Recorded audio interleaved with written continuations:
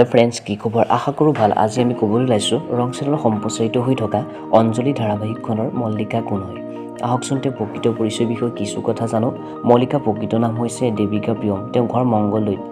দেৱিকা প্ৰিয়মৰ পৰিয়ালৰ কথা যদি ক'বলৈ যাওঁ তেওঁ পৰিয়ালত মাক দেউতাক আৰু বাইকক বৰ্তমান বিয়া দিয়া হৈছে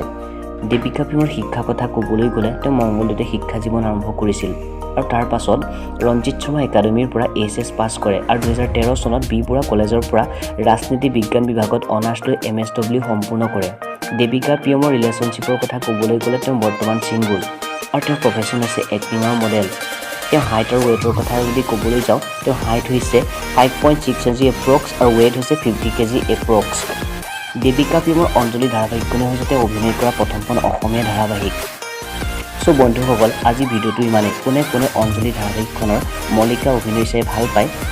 প্লিজ তলৰ কমেন্ট বক্সত কমেন্ট কৰি জনাব আৰু যদি ভিডিওটো চাই ভাল পালে লাইক কমেন্ট কৰিব আৰু লগতে চেনেলটো সাবস্ক্ৰাইব কৰি ল'ব ধন্যবাদ